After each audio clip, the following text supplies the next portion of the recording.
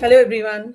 On today's guest on my podcast is Mr. Anirudh, and I have known him as my batchmate from my counseling course. But having known each other through the journey, he's a very interesting personality who has had a lot of career transitions, and and I thought he would be one of the best guests for us to explore transitions and journeys and careers.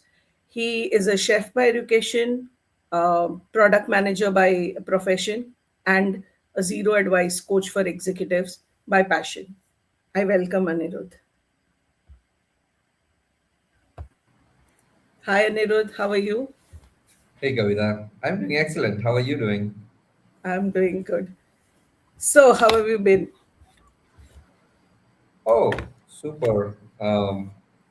It's Shivratri here in Bangalore. We are celebrating Yes, Shivratri. same here, same here. Yeah. Yeah, So yeah, it's festivities around. And a very nice day to have this conversation conversation. about transitions, right? Yeah, Yeah. transitions. True. About transitions on a Shivratri. Yeah.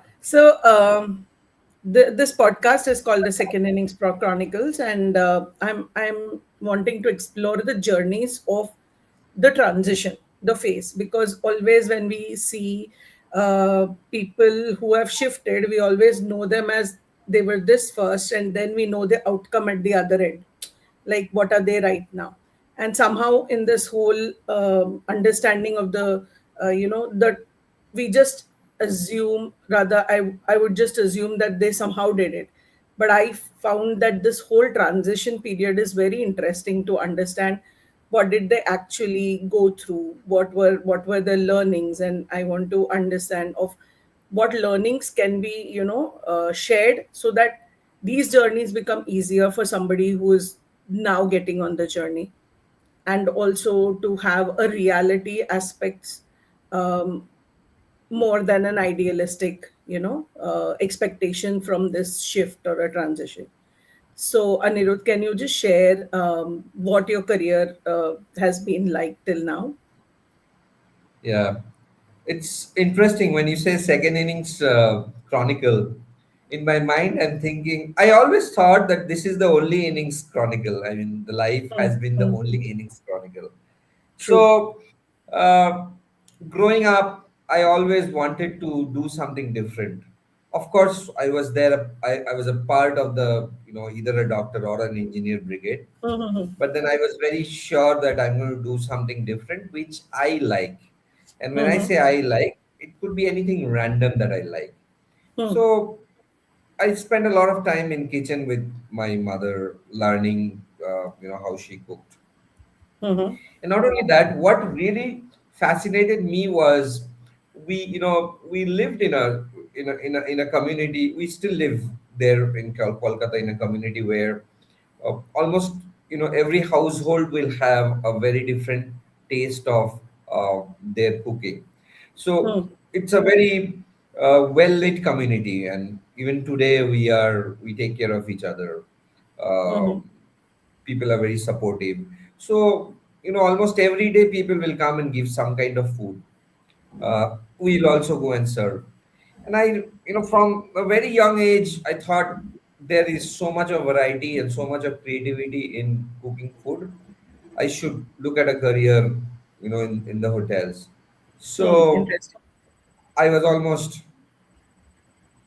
against the norm, and I said, this is what I'm going to do. Hmm, Uh, I spent 2 years to get to the college that I wanted to go to, the institution. Though, the IHMs are the best in terms of hotel management education. So I hmm. had to wait for a year to get into IHM Calcutta. Over. And there I learned for the first time, I was suddenly in a community of students uh, who are from all over the country, Hmm, and that's the first time I learned different cultures, and I learned, like, that's the first time I was out of my comfort zone. hmm, And then when the hotel journey started, like when you get trained, uh, you have to do internship in hotels. uh, the vibrancy of the hotel, the activities that keeps on happening. Like we used to call, like even today, if you go to a five-star hotel or any kind of hotel, mm, in a decent city, you will know that it's a living city. Like the hotel itself is a living city, mm, right? You mm, get mm, everything. So I got very fascinated about everything that used to happen. Life, the training days used to be very tough. But mm, anyway, then I started. Then I got a job in Bangalore, in hotels. mm, We visited um, a hotel, and we were a part of the kitchen brigade. Young mm, kids, just fresh out of college. Then for some reason there was some paperwork challenges, so the official launch date kept on delaying, and we thought, mm, I mean, something has to happen. And that's when this was the time post 9/11, 2000. I'm one. talking about somewhere 2001 2005. or two. Okay. Yeah. So this is where this is when the hotels in India weren't doing much. Like in Bangalore, there were hardly three or four five-star hotels. Mm-hmm. But something else happened. This is the time when the all these global capability centers, all these global banks, they started setting up their back offices and call centers and whatnot in India. Mm-hmm. Mm-hmm. A lot of our seniors were still working in the hotels. Mm-hmm. Seniors from college were still working in the hotels. Mm-hmm. Now, when these capability centers were getting set up, the secondees from abroad would live in this, like they would be staying in the hotel for a very long time. And in during their interaction, they found the hotel management skill set to be very interesting for the customer service domain, because Oh. in hotels Mm-hmm. we are kind of taught, in a very different way, that customer first, Mm-hmm. the the way of how, the way of hosting, the way of taking care of people, the way of serving, a little bit of communication, a little bit of grooming, and all of that is kind of installed into these uh, Mm-hmm. profession, the students. So these secondees would hire our seniors into these banks, and our seniors would call us and say, "What the hell are you doing in the kitchen, man? Like 12 Okay. hours of a range at those ovens, where you cook Mm-hmm. 400 degrees Celsius. You're working there, and you don't want to come and sit in a cubicle, and it's all air conditioned, 9 hours job." Mm-hmm. And that allured us, but for me it was slightly different. I realized that uh, if I could if I could get into a profession where I could still find a way to add value to people's life, that would make sense. So I asked those people who used to reach out, that what is the kind of work that you do. Some said this, some said we take calls, some said we do this. But something stuck to me was, those days there were these back office data centers that were opening up. So they Mm-hmm. said that we work on analyzing data, and we help these banks to acquire more customers. Mm-hmm. Quite interesting. And then I joined banking. And then I stayed in Kolkata for like 10 years. But I realized that, and I was getting very comfortable. In Kolkata, those days, whatever salary you earn, there's a lot to enjoy. There's a lot of way to keep yourself entertained. So much so that you don't really think of, what you're doing, where you are in life and stuff. That's when a friend of mine, my manager, actually pulled me in Bangalore, and that's how I came to Bangalore, and I took another job in Bangalore. That Mm-hmm. was also the banking domain. Mm-hmm. Um, but then slowly life changed in terms of, I I was married by then, and then I Mm-hmm. realized that um, I was doing night shift, I remember. Then I realized, okay, I got to do something different, because my wife is in a new city and she is not comfortable Mm-hmm. staying alone in this new city. So True. uh, I thought to myself, what can I do? What can I do? Then I realized, okay, maybe I think of changing my shift and move from night shift to a day shift. Then I realized, what should I do to do that? Then somehow I got in touch with this gentleman, somehow on the internet. He taught us Six Sigma. So I enrolled in a course for Six Sigma, and I got myself certified as a first as a green belt, then as a black belt, then master black belt. All of that I did. And in that process I also realized that, okay, now I have to go back and keep thinking about changing the job. I should not get comfortable. But as and when I learned these skills, I went back to my work and I implemented them. And then one fine morning, I remember I reached out to my boss and I said, hey, I want to move to a day shift. Can I get into a project sort of work, project manager sort of work, so that I uh, I can be with my wife. She's new in the city. It's difficult and all of that. She outrightly rejected. And then the next morning, she said that, you are doing well, you are doing great wherever you are. You don't need to do something else and all of that. And that's where uh, this kind of determination came to me that, okay, I mean, how can someone else decide what I'm going to do? Uh, the next day I was walking out of the park and I met someone. I met a very senior level leader, and I just shook hand. And the following day, the day after that, I sent him a note and I said, hey, I'm so and so, I did so and so, and I'm wanting to work in such and such profile. Can you help me? um, and then, of course, the first time I did something like that, I was a little scared. So the day after, I go to office and then I see an email from him, and he says that I'm happy to get you in touch with my manager. And then 7 more interviews later, about 3 months later, I cracked this job. And that's when I realized there is always a way to condense time into, like, condense years into months and sometimes weeks, provided that we have the right strategy. And with time, I started mentoring people. I started, helping people with all these strategies. And then In I your realized, profession, in your professional space. in my professional space, yeah, in Yeah. my not really in the same organization. People would call me from outside. I remember that the thing that first struck me about coaching was, it was COVID, and I created a small garden in front of my house in Calcutta, where I was working in that garden. And then a call came, and someone said, "Sir, I'm so excited. I want to tell you that I got a job because of you." I was like, I was a little surprised, like, what have I done? And, like, when someone calls you like that, I was only thinking about my current organization. Like, then someone from the same company call me and say that. So anyway, then he told me that, you remember 7, 8 months back, you asked me to work on my communication skills. I got a job.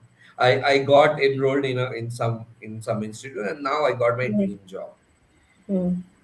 So things started happening, in terms of more people started reaching out to me. I started mentoring, and I didn't know that there's something called coaching as well. But I also realized that the mentoring sessions were not everlasting. Like, people would come, they would take some kind of advice, go back, and then they would either forget. Some of them would implement, some of them would come back, give some feedback. But I realized that there is definitely some way to create sustained transformation. So what is that? And that's when I got in, like, I came across the Marshall Goldsmith and all of them, right? And then that's when NLP happened. I got through the NLP Academy and got myself trained in NLP. Uh, that's, I think, 5 years. Yeah, five, almost 20, yeah, 2021. So 5 years back, that's when this journey started. And I realized, okay, there are tools available, and there is a particular way of offering those tools in a way that it is offered as a learning technology and not just gyan and not just advice. So for the last 5 years, I've been working with folks within the organization. I've coached many people in the organization, outside the organization. Of course, as a part of my the International Coaching Federation pathway, I had to have a certain number of coaching hours. So that also motivated me. And then I realized, okay, this is it. This is a fantastic way of uh, offering, what I've learned in the last 21 years. And with that, the job functions kept changing. So I started, after managing projects, I got larger portfolios, bigger initiatives, and then finally I realized, okay, all of this now I should learn the art of creating products that are that remains sold forever, and more people come and buy. And how do I do that? So I taught myself skills of product management, and then I got a role in product management, and I started doing that. What's interesting is, during these 21 years, I have been amidst of these human psychodrama that keeps happening, because a person who walks into the boardroom is not just the person who, himself or herself. They come in with a lot of baggages, and the way the way they expose their leadership is also kind of a hangover from everything else that is happening across. So it was very exciting for me to see those things in clients, and also show them that this is probably something that you may want to consider. And then I realized, okay, maybe I'm giving too much advice, and I thought, okay, let me learn something more, something else. And then last year, you and I, we were part of this, the integrated diploma. And that's where my coaching skills even got, like, I got a very different perspective that, okay, I could bring in just safety and empathy to a client, so that the client himself or herself can go through that journey. And it just got better. That's how. Yeah, that's a very long response to a short question, but No, that's how these that's things interesting. happen. Yeah, that's how these three things happen. What I was going to say is, I still cook for love. I still cook, out of passion. Of course, I still work as a product manager, and I do coaching. At some point in time, I definitely think of, doing a kind of venture in the kitchen, like in the food world. So yeah, it's I never thought them to be separate, distinct career. It's like somehow they are stitched into the same fabric. Oh, yes. Yeah. Yeah. So the way you were narrating your journey, it seemed like a flow, like one thing getting to the other and the other. Did Yeah, at any point it strike you that I am shifting careers, or was it like it's okay, this is an extension and that's what I want to do? yeah. Was ever No, there I any point where you thought, what am I doing, or or did you consciously take that, even though it looks like a flow? Was there any time of split in the decision, or what am I doing, or those kind of thoughts? not really. I never thought much about careers. My intention was to be the guy in the room who will add significant amount of value, no matter whatever is going on. So if it is a conversation, if it is a picnic, if it is career, if it is a project, how can I be the guy who adds the significant amount of value? And with that, I kept attracting roles and attracting different initiatives, new projects. And and I just went with the flow, thinking that, okay, I mean, probably this means that there is a validation of that intent, which is to add value. um, but I realized with coaching that there is there is also a relationship between, what really happens in the shop floor, versus how we process those information in our head, Hmm. and could there be a bridge? And there also I felt that, you know, I have seen that if there is a manager and then there is a leader, and there are leaders who are also coaches. So Hmm. I've always seen that if there is a transition between a manager to a leader and then a leader who is also a coach, the outcomes and the results that comes out of, those teams are very different, and uh, it is very evident in the way the team carries that kind of leadership. So I was a student of that kind of leadership, and I still am, wherein I bring all of these things together to see, what comes out of it. Yeah. Hmm. And like you shared, mentorship was a part of what you would do earlier, like even before, say, you became, in the conventional sense, qualified in coaching or whatever.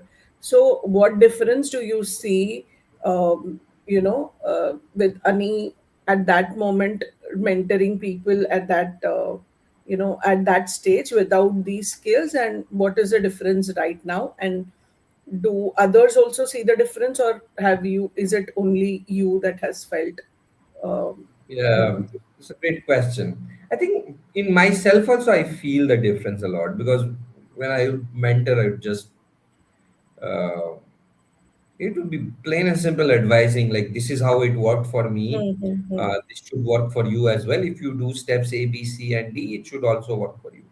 But when that person would go back and work with those same A, B, C, D, E, maybe he gets stuck in step B and he never hmm, follows up, because in his mind he's thinking that, oh, Ani's B and my B is very different. So hmm, hmm, uh, hmm, why even think of C?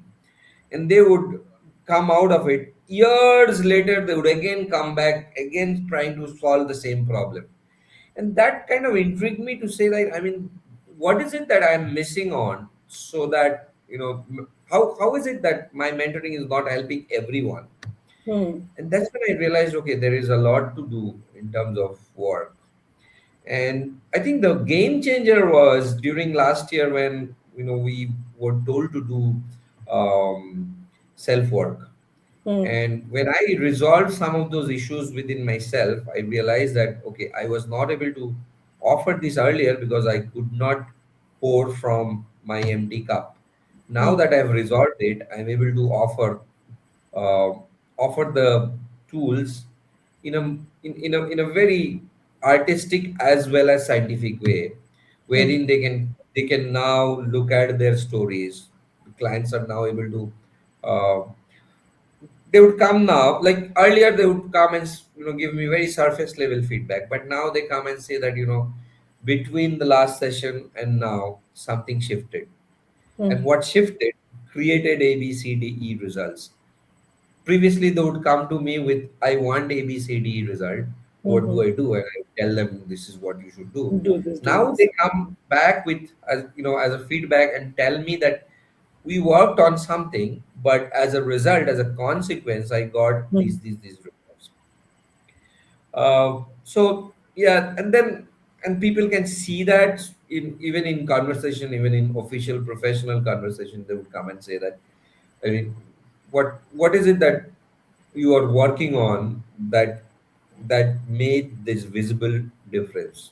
hmm, hmm. Yeah, I try to share, as much as I can of my journey to that. Yeah. uh, and like these are like markedly different professions, right? Being a chef, being a product manager, then coaching. And yeah, your the way your career is flowed, it seems like one flow, or one stream. But what I would like to ask you is, how have these professions internally helped each other, like that Yeah, way? Like what yeah, is it that you maybe have learned during your training as a chef that helps you now? And how are these yeah. seemingly It's a great different things related to each other? Yeah. It's a great question, actually. So I remember those days. Um, I think I created an Instagram reel also on this. They would ask us to shave twice. Okay, now mm, that these days you will see chefs with beard and mm, whatnot. But those days we had to have a military like haircut, and mm, we had to shave our beard twice. Once in the morning when we joined the shift, mm, and once again during around 4 o'clock in the evening. They would give us 15 minutes break. We'd go to the locker room, shave, and come back. mm, I used to question myself, like, why is this so brutal? Okay. mm, And that's not the only thing. Like 9 o'clock, if the shift started at 9 o'clock, the shift really started at 8:59. mm, So it was never a minute late. That someone would be allowed into the kitchen. If someone was a minute late, they would have to go to HR, and there was a log that was maintained. It was crazy amount of discipline. I remember one day I was in one of the five-star hotels in Kolkata. I was in the reception, and the chairman of the hotel was visiting the place, mm, and we interns were asked to go back. We were asked to hide behind the cabinet so that they don't see us, because we could make some mistake and they would, probably there will be some repercussion. So I was hiding and I was watching what is it that this guy do when what is it that this guy does when he inspects uh, mm, the hotel. Old gentleman, very famous hotelier. He comes and he shows on the top tire of the chandelier there was one bulb that was not glowing. So mm, he would ask someone to go climb that chandelier, pull it down, climb it, and change that bulb. All of that within 1.5 hours. mm, And then I grew up in that kind of discipline. Okay, mm, mm, so and then something like I have to take the phone in within the first three rings. I have to answer, like call back someone who has called me and I could not take the call.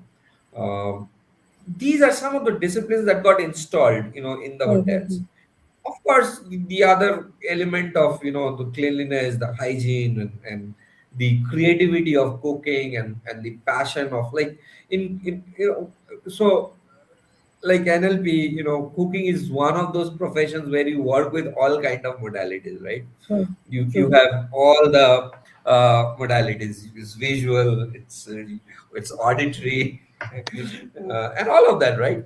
Yeah, So yeah. all the AOG check marks It are gets tick met. mark. Yeah, yeah. It's ticked. So, and then I realized when we opened this hotel in Bangalore, we were a group of college kids who were given a Mm-hmm, huge map. They gave a huge map. And then one fine morning, I remember they took us to a storeroom where they were still getting those equipments. And then they said that open the map, look at how the equipments are supposed to be placed. They mm-hmm, gave us some local, local workers that they hired, and they mm, asked us to set up the kitchen.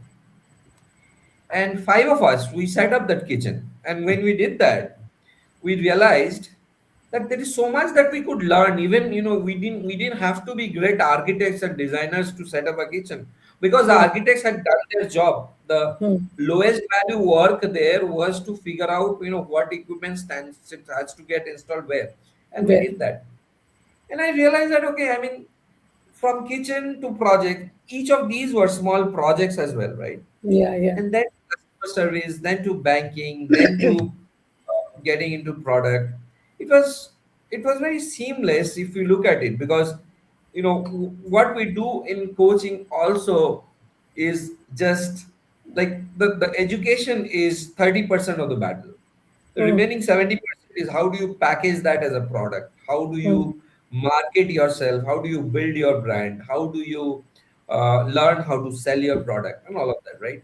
So I saw all of these professions kind of fed each other in some mm, way or the other, and there is some or the other skill set that would help me, somewhere. So maybe if I'm in a meeting these days, my quality of holding the space, my quality of mm, being empathetic, my quality of using silence, wherever it is needed, strategically, helps a lot, because it just surfaces out emotions and mm, various different experiences that otherwise I would have never had access to.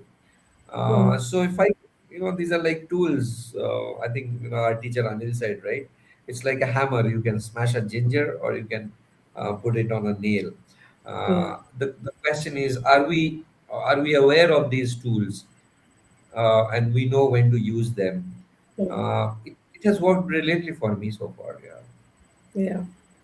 Uh, During this journey, sorry, at any point of time, did you ever think, like when you were going, when you're working as a chef, and say your seniors would call you, ki come to these kind of jobs that have come now, and were you anytime thinking that if it doesn't work, I can come back to this? Was there any plan B at any of these, pivotal points in the shifts? Eh, Not really. Like, I don't work with plan. I never worked with plan B, honestly. Mm-hmm. Mm-hmm. It was always like, I'll make it work, because if it's a skill, you can learn it, right? Like, Yeah. everything that I've done is essentially a skill. If it's a skill, I can learn it. But if it is something to do with inborn talent, now if someone asks me to do Bharatnatyam, probably I'll not be able to do it, because like it's not in me. Yes. But if it's a skill about, say, if it's about selling, right? I Mm-hmm. remember I enrolled in a sales course just to learn how sales happens, Mm-hmm. and that's like two years back, where they would give us a list of leads and would ask us to just do random calls. These are mock calls, where the leads were a part of that institute only, and we would call them. And from that, that was like a 5-day workshop sort of thing. The amount of knowledge I gained just about human psychology and why people buy and how they make decisions of buying gave me a huge understanding of, okay, I mean, this is how I go to work as a product manager, this is how I go to position the product and all of that. So I realized that every time I did something new, it's if it's a matter of skills, then there is someone who is doing it better than me. I would Mm-hmm. find a way to have those people in my circle, have those people, like, make connections with those people and see what I could offer to them in, in terms of what I have, skill set that I have, and then I model them. And every time I did that, I think it simply worked. I really never thought of going back to something, but none of those skill sets are forgotten. Like, even today, I can cook a velute, I can cook, the five mother sauces, Mm-hmm. uh, just the way they were taught, because I've been in touch with them. So the skill sets remains, and yeah, I just somehow never felt like, if this doesn't work, what will I do? Mm-hmm. Um, somewhere I learned this, that when you came with nothing. When you'll go with nothing. So what's the Mm-hmm. fear about? I keep reminding myself with that uh, good quote, and it becomes easy actually from there. Mm-hmm. Were there any particular challenges that you faced in this whole journey? Like Yeah, maybe yeah. you might There have are a lot not, of, of course, maybe you there are might so have there. not registered them as challenges at that point of time because you were going through them. But looking back now, if somebody says, "Oh my God, I'm going through this challenge," and you think, "Oh, I faced that, but then this is how I navigated it." Anything like that Yeah. coming to your mind? See, throughout, first of all, when I started my hotel career, it was, of course, challenging. I was first Mm, time and the only son coming out of mm, my house, leaving my parents. I've always lived with parents. mhm, Um, like, getting settled in a new city was a challenge by itself. Uh, my father wasn't doing well in terms of his health at that time, so I was also worried. So, having the mindset of settling in a new city, in a new state, was the first challenge that I had. Uh, Mhm. I somehow I somehow thought to myself, okay, if I probably give it some more time, there will be a way out. But Mhm. back in the days, maybe I didn't have those wisdom to even give time and all of that. I just went with the flow, and it was a lot of fun. Fun is an integral part of my life, so I must Mhm. have fun. I keep saying this to all leaders, even at times with the leaders that I work with, that it is so much uh, it is so much more productive for me to work out of fun than fear, that I can really bring the best out of me. So Mhm. wherever I worked, there have been challenges, but somehow I had my way to make it fun. So during those days, I remember we were like 25 of us used to live in one building, like a four-storied building. And the amount of fun we had in those 1.5 years, I don't remember having that fun ever. So the work environment was brutal, but we were always looking forward to when will we go back, and then we'll get together, we'll cook, we'll do something or the other. Moving on, in the corporate space, one of the biggest challenge with me was I was a shy kid. I wasn't a very uh, I wasn't very outspoken in terms of communication and stuff. So learning how to communicate, learning how to build rapport, learning how to work in uncomfortable spaces, work with accents that I'm not very used to, all of that was very challenging. Especially where most of the days I was spending speaking with foreign clients and foreigners. There used to be a time where these are pre-subtitle ages, where there Mhm. were no subtitles on anything, right? I would actually go back and try to figure out what is it that the gentleman told me that I didn't Mhm. understand. So that itself was a challenge. Then I realized again, somehow I got introduced to these skills. Uh, then yoga happened. Yoga, is a huge thing in my life, because Mhm. through yoga I realized that, to be honest, with since the time I started doing yoga, I became fearless. I am fearless about any consequence, and uh, I'm very open about it. So even if I sense fear, I know that there is a way out, and it gives me immense amount of strength to be able to go through those challenges. There's some life events that happened during the corporate space, Mhm.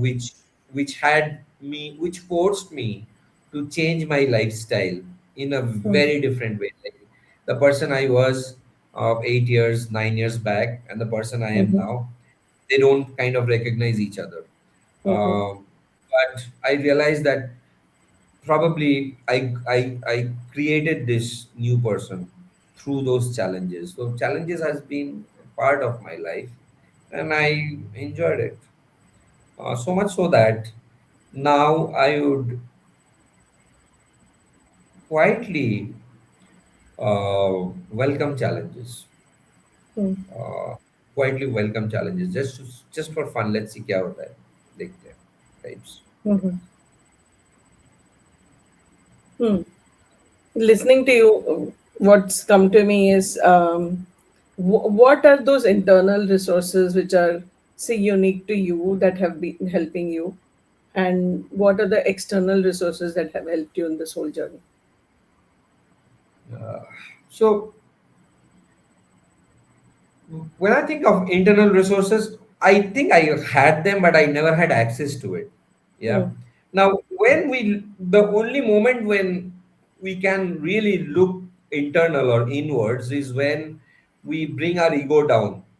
So Hmm. I had a bloated ego for a very long time, that, I'm this, and, I'm that. And I had this larger than life idea about myself for a very long Hmm. time, until yoga happened, and that's where I realized that there is me, and then there is the idea of me, who I mm, am, and then there are my actions and my beliefs and my values and my strength and my weaknesses and my behaviors and how others perceive me mm, as mm, a human. Uh, those things, these resources were always there with me, but mm, that ego kept them away. So the moment I got into serious meditation, into uh, disciplined meditation for the last 8 years without mhm, missing a single day, mhm, I realized that this is the most important resource, which is to dissociate myself mm, with the idea of who I am. mm, And that's when I got access to the internal resources. For example, if for a very long time I realized that, okay, I mean, what is there to learn about communication?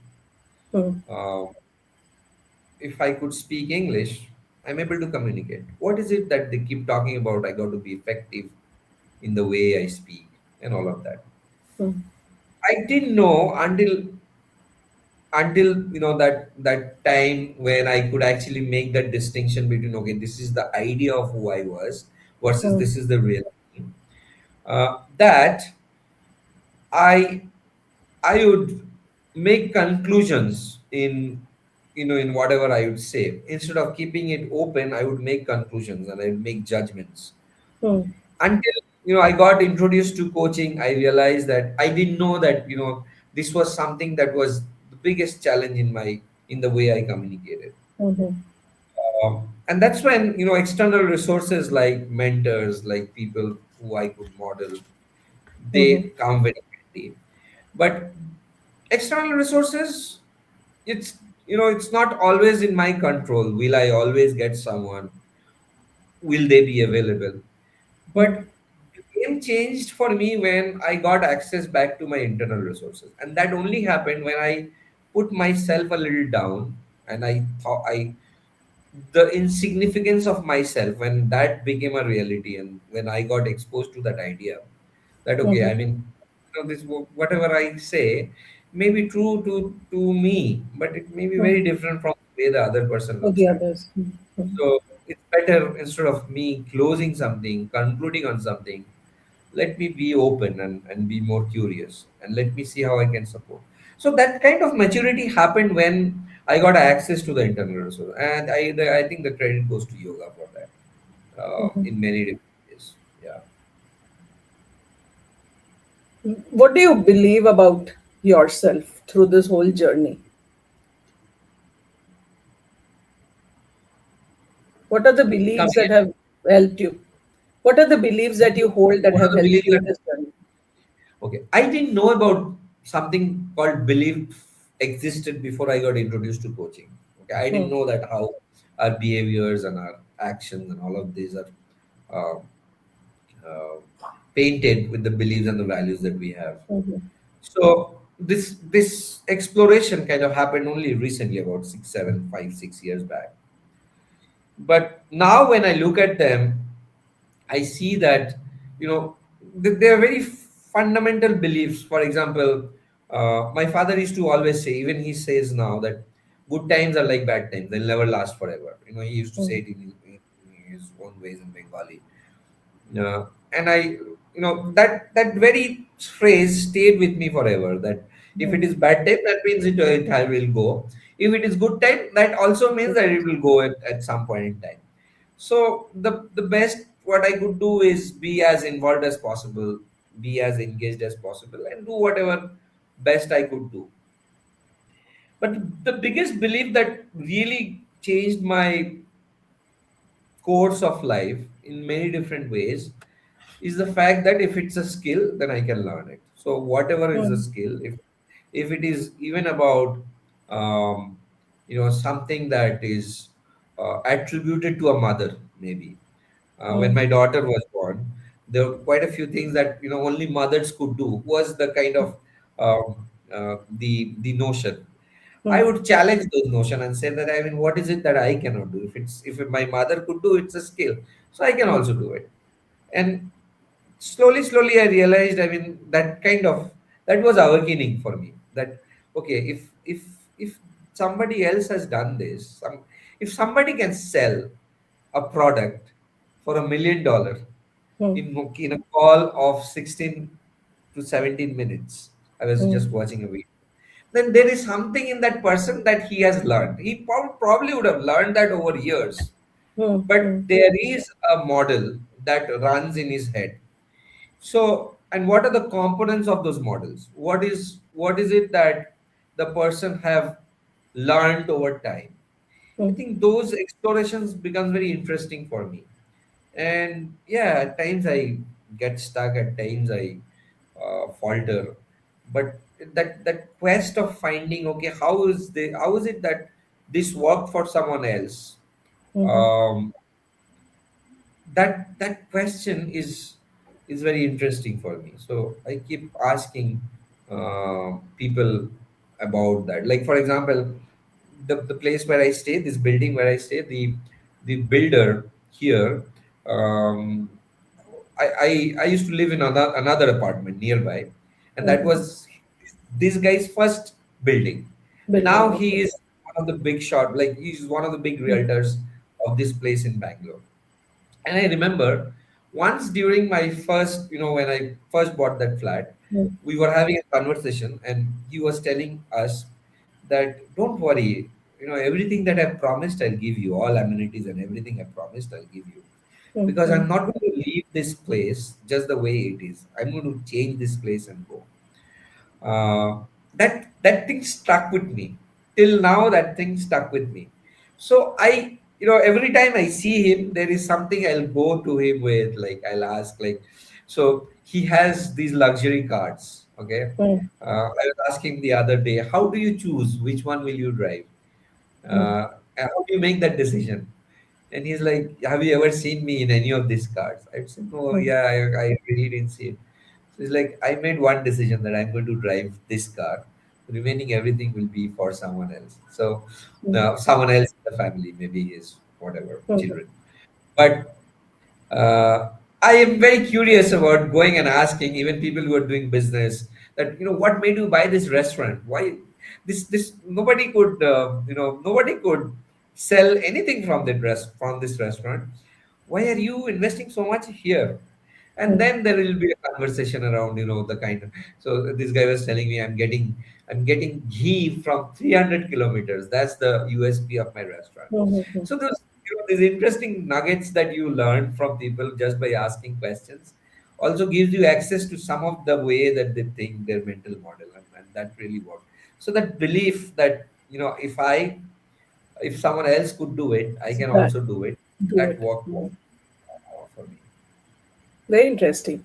Like how you, you know, I'm sensing that how curiosity has become like a thing with you. You know, it's become an embodiment of you, and behavioral flexibility, and that openness to what the journey will give me is what Yeah, I'm sensing. You know, through our conversations of and not.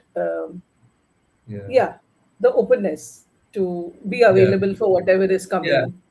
Right. One other thing I want to bring it here is there is something to do with energy, and Mm, I did not have access to that also as a resource. And when I say energy, for example, today, after a very long time, I don't know last time when I did this, I did this 112 Surya Namaskar. So mhm, 112 Surya Namaskar it's like a process that takes about 2 hours mm, mm, straight at one go. And when you do that, and I'm fasting because today is Shivratri. But if on a normal day, if I would fast by now, I would be depleted of my energy. I would need some kind of food or something. mhm, mhm, But the whole process is installed in such a way that I think like I plan to stay awake for until tomorrow morning because I don't sleep on a Shivaratri night. But then I realized that if you can organize your energies in some way or the other, then the struggle or the challenge or the initiative that you are getting into becomes very it becomes very frictionless. So mm. it's almost like the struggles do not seem like struggles. They Yeah. seem more as opportunities, because you have created a kind of energy, in that space where you are operating. And that access, I'm still, of course, I'm still a student of yoga. I'm no master of yoga, but doing a certain practice for 8 years, I've realized that uh, I have a certain control on my energy. And if True. I can exercise that control, um, whenever I want to, it it gives a very different kind of result. Sometimes those results are like, it's like, you can spend 5 years doing something or chasing a goal, or you can spend 5 days and make a absolute shift in your strategy Mm, and achieve like 5x of that goal or mm, that number or whatever it is, just because in those 5 days you figured out who are the right people, what are the right places, who are the mm, right contacts that will help you. uh, and that access to that kind of resource happens only when I'm able to create that energy. On days mm, when I do not have access to that level of energy, I see, the day is kind of sluggish. The day would kind of, it's not in my control, it's unproductive, it just goes somewhere, not something that I choose to be. mhm, And all of that happens, yeah. So energy is important. That's one more internal resource that I have access to. mm, mm.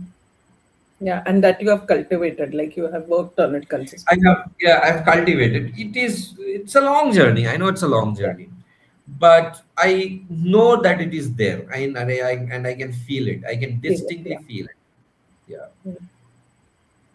So, Anirudh, so what's the vision with your zero advice coaching? yeah. Thank you for asking that. So I've been in this place, in this field for last 5 years, and I realized that when clients walk up to me, they do not just walk up to me for improving metrics, or they do Mm, not just walk up to me for improving a business result or their promotion or their salary. mm, Uh, they walk up to me as a human being who is playing multiple relationship in his or her head.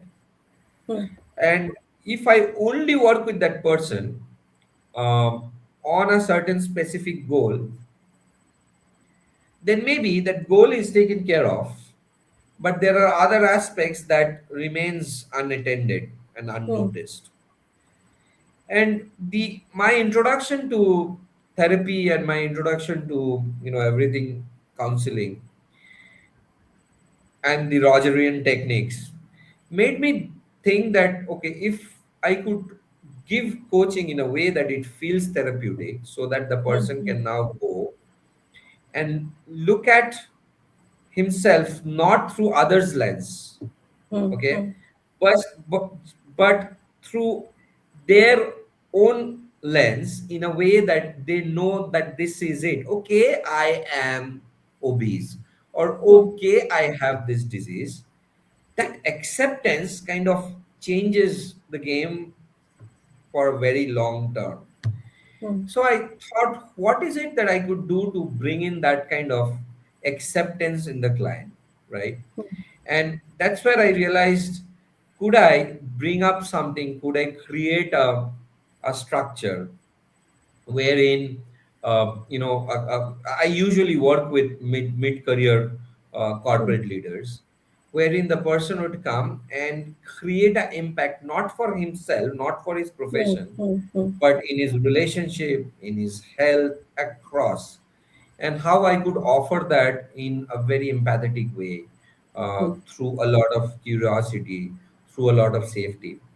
And that's where I thought of zero advice coaching, and I came up with this 8 weeks program. It's called mhm. the Executive Reset Program. So in Okay. 8 weeks, you get to understand your mental model. You get to Mm, understand um, your beliefs, your values. You get access to those, and then through the next phase, you get some feedback from others, and individuals that you play with. And Hmm. here the game changer is, this feedback is not just from your colleagues or from your professional environment. They're also from your friends. There, you Hmm. remember, in counseling we did a Yeah, small yeah. exercise. We asked Yes. like 10 random people to say, True. two random things from about you. On the similar lines, wherein, what is it that people think about you, how are you perceived in others mind. And then we create a roadmap of, around that person's goals across these different areas of life. And once that is there, then we use pure play coaching to Hmm. surface out their beliefs, the blockage, and everything else that kept them away from achieving what they wanted to achieve, Hmm. bringing in a very good awareness around the linguistic patterns, and of course offering the NLP tools. But the whole process is built around NLP, Gestalt, as well as the ICF modalities, the ICF way of coaching, which is like Hmm. time bound, uh, goal bound, with the right ethics and all of that. So that's zero advice coaching. I see a lot of demand in this kind of offering from people who always thought that they wanted therapy.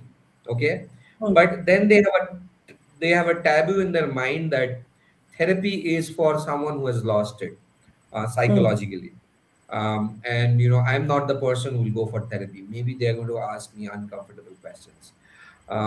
So when they find a space where they can really explore themselves without the fear of being judged, or without the fear of any repercussion in terms of what will happen if I disclose this to this person, which is good quality, safety and empathy, those core skills that we have learned.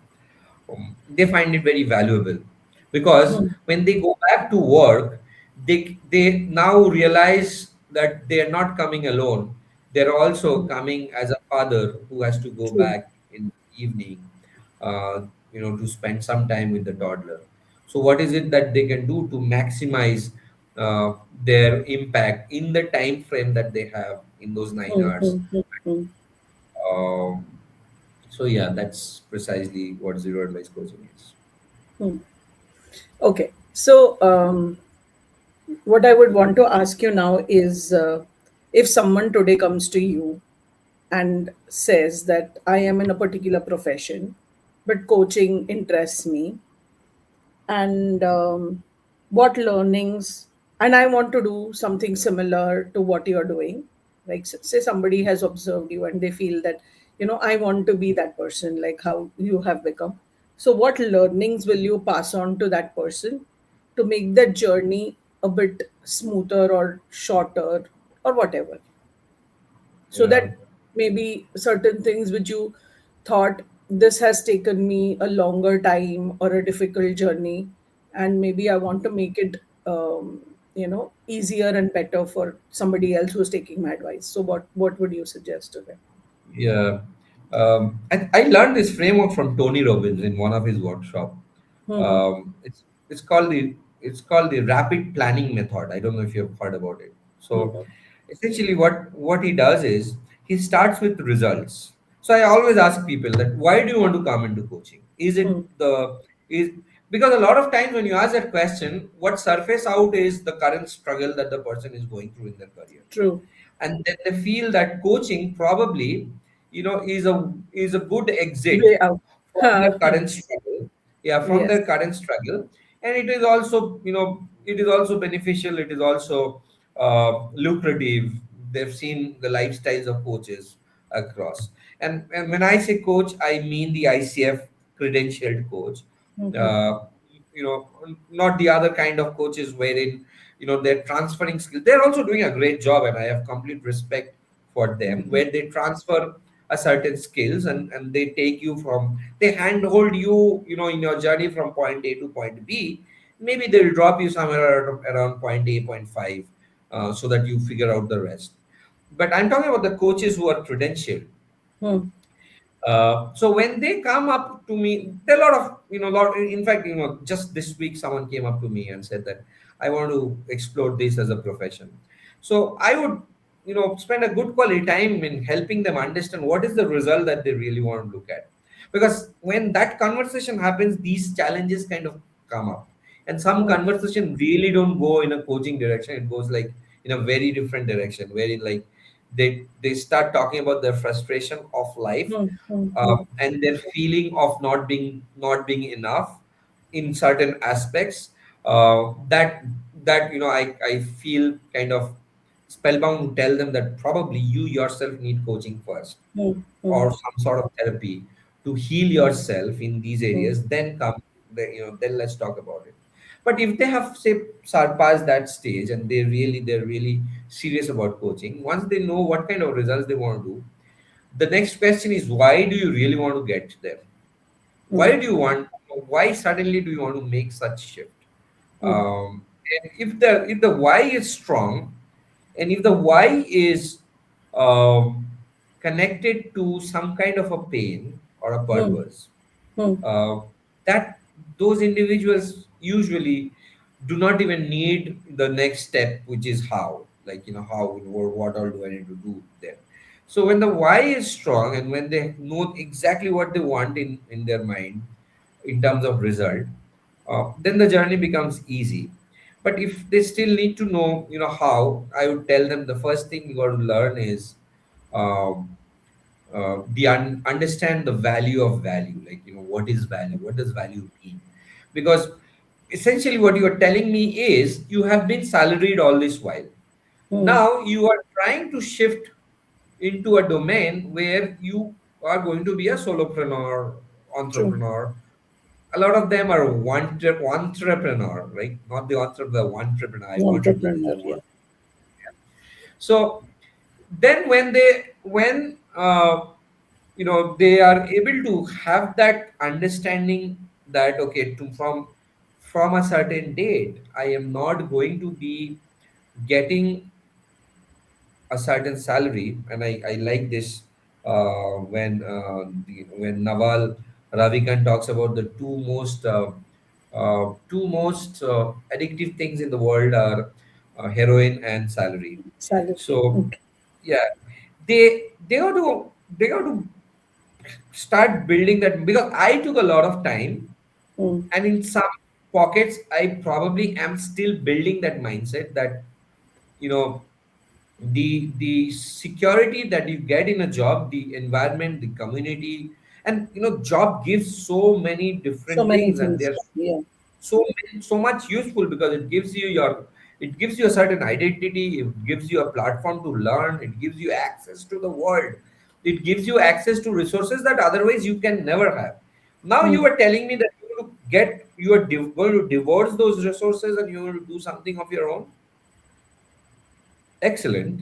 What is it that you can compromise? So can you Hmm. compromise your ego?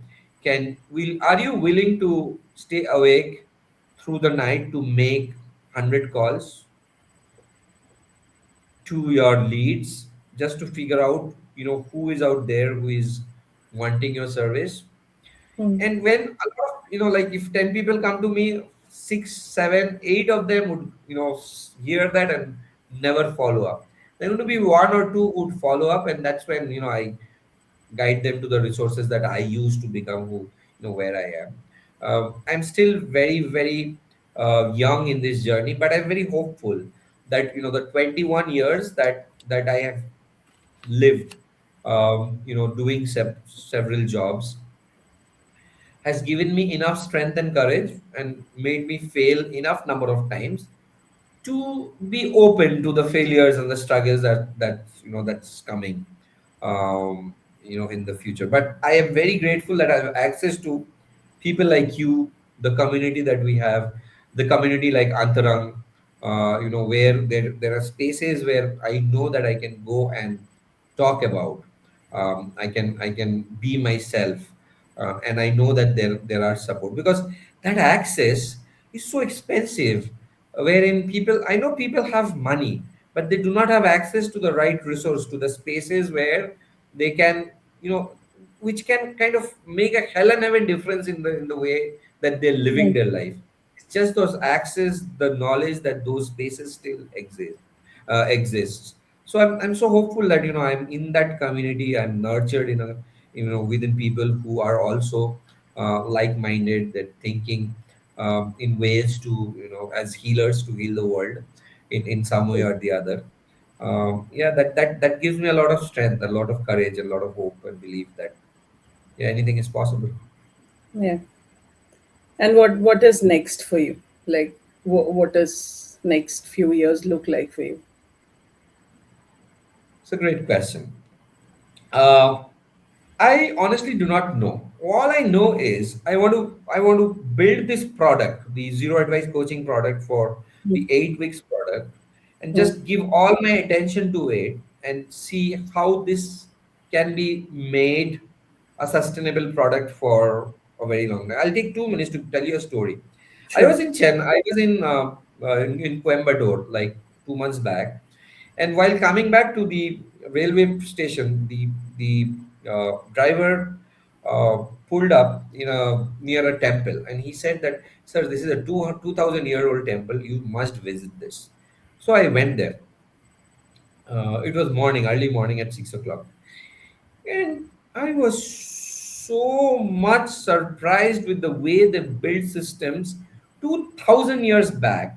And Mm, why I say that is because I saw a couple who were getting married on that day. So they were mm, coming to the temple to get married, mm, mm, and then they were told, I was watching how the process that they go through, and then they were told very simple process that you got to pay here, do this, get there, and follow this path. And the way they made the temple is like the deities are placed in a very strategic way, that you first go through a certain, you go through the Nandi, and then you go here, and then you go there, and then that when the moment I saw that, I realized, I mean, the way of designing customer experience nowadays, we use all of these jargons and all these corporate jargons to explain something that has been cracked 2,000 years back.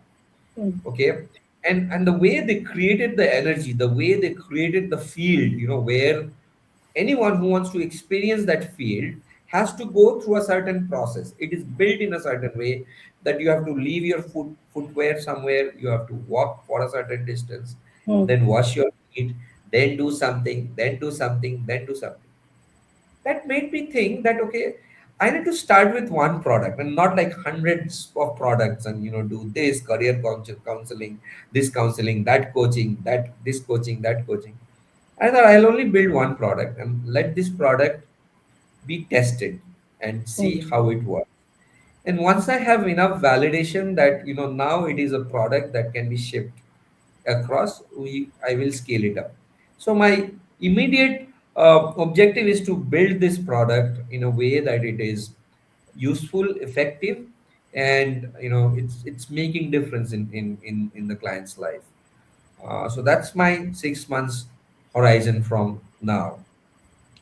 And I do not know what is it that I'll do 6 months later, but I have a mission in mind, if you will, which is in 10 years from now. So by 2036, I want to work with a million leaders, and leaders, by leaders I mean they're not just corporate leaders; they are leaders in their life. mm, Okay, and I want to work with a million leaders, helping them create $1 million impact, and that is mm, inflation adjusted. So by by the time it is 10th year, it could be 2 million or something, the way the markets are growing. But the mission is to help a million leader through everything that I do, through content, through uh, through the work that we do, to be able to touch a million lives in making that amount of impact. Um, and yeah, that's something that I look forward to. And I've always seen that if I look at the last 21 years, something Tony Robbins keep mentioning, I have it written somewhere here, that we always underestimate what we can do in 10 years, and we mm. overestimate what we can do in a year. Yeah, So yeah. I I'm starting to work backward from there and see, what all I can do in 6 months. But I'm very shameless in talking about that mission. I've talked about that mission to people in my organization also, that this is something that I would work for. What does 1 million mean to you? And I Hmm. get so different, many different answers. So that made me curious. What does 1 million impact mean to you, Kavita, in your profession? Hmm. $1 million impact. I'm talking about 10 crores. Okay. I was not thinking in terms of monetary. I was thinking of 1 million, even if I was thinking more in terms of people. I don't know why, reflexively. And and I was thinking of the ripple effect. Like, it could be possible that 1 million will get touched when a crucial number of people get impacted, so that their ripple effect goes into the society where it turns into 1 million, is Yeah, is what yeah, what I thought. This is what that came to me, rather. yeah. Maybe very different from what you're thinking, but yeah. No, yeah, that's a perspective. I'm just gaining perspective. Yeah. Uh, yeah. Thank you for sharing Yeah. that. Yeah. Okay, so in the end, what is it that you think I have not asked, and you would like you know for you to share, that this is something which Kavita has missed out in this journey, and I would still want to share it. Yeah.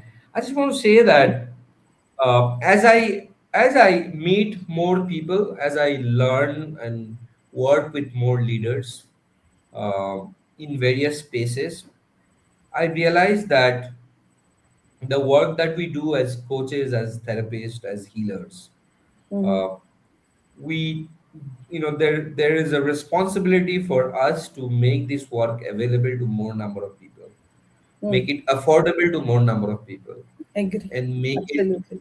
effective for more number of people. Because every organization that I know has these resources in some way or form, Mm. but the problem is the resources do not walk into their drawing rooms. The Mm. resources are where they are, and they are where they are, and there is nothing that will bridge the gap at this point in time. So I think it is very important for us, as healers, to find a way to bridge the gap and see how we could go with these resources to find the people who need them the most. Mm. uh, because the cost of not having these resources is havoc, not Yeah. only not only in the primary respondents or the primary clients, right, but the Yeah. secondary clients, who are the family Mm. members, the children, Members. who go through the situation in many different ways, and the way it affects them is huge.